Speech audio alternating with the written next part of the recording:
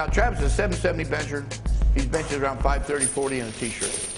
See, there's nothing fancy about it, you know, but he's locked.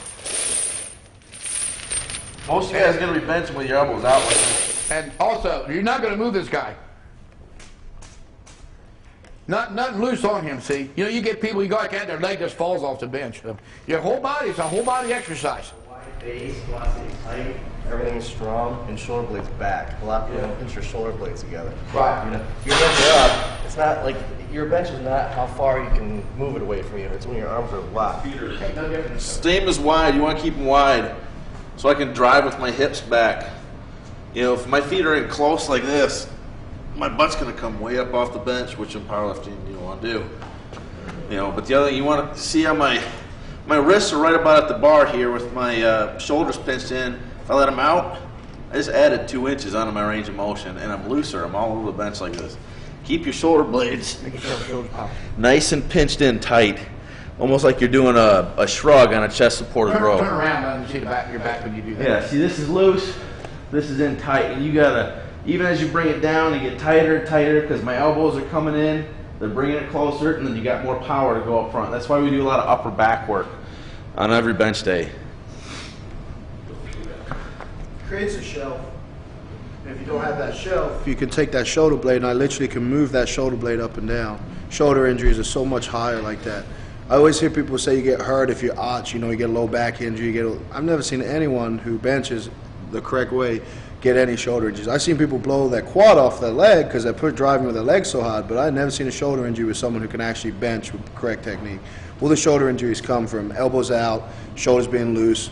You know, you take that shoulder blade and you can move it up and down. That's not good. Like, you need that solid base. You press in a straight line, too.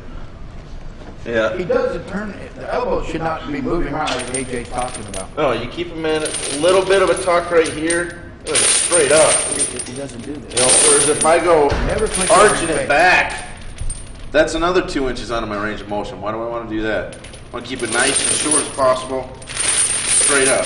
Keep it Right there. Sure. You know, if you watch his forearms, notice how that bar is right over his wrist, that stays right over the elbow.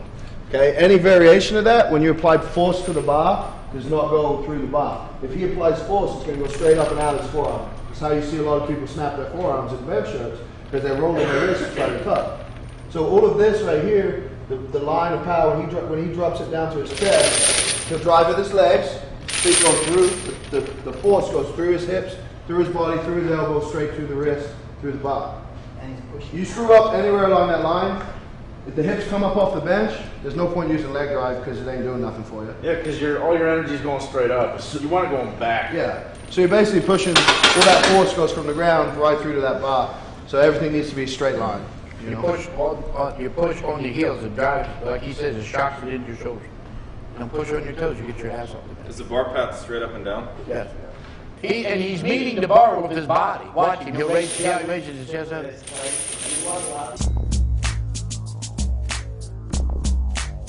Hey, let me show you. Grab the bar. Now, pick yourself up off the bench. Now, see this? Now, set yourself down like that. Now, see all that hardness is? And when you set yourself down, push the weight out of there.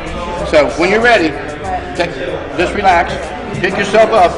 Pick yourself up. See, can you set yourself down? When you push it to the bench, you push the weight out. Hey, good. Try.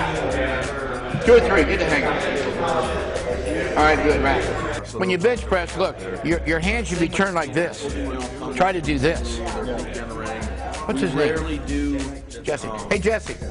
Look, when you hold on to a bar, you actually want to be like this. Competition grip, you're going wide. Go like this with your wrist. There you go. Yeah, index. You notice how it puts the pressure on a different part of your hand?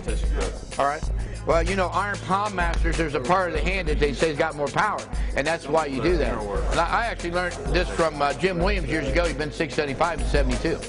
I mean, that's what he said. It's good enough. He also said push the bar forward and then let it come back, never back. And I mean, you know, the guy was a monster.